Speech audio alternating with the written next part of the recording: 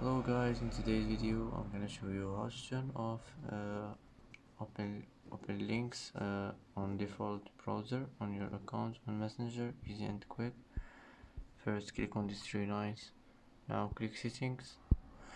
Now here as you see you will find photos and media, click on it. Here you will find open links in default browser, just click on it like this and it will be turned off, and that's it. That's how to turn off open links in default browser on your account on Messenger, easy and quick.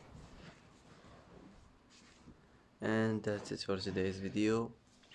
If you like this video, don't forget to like and don't forget to subscribe.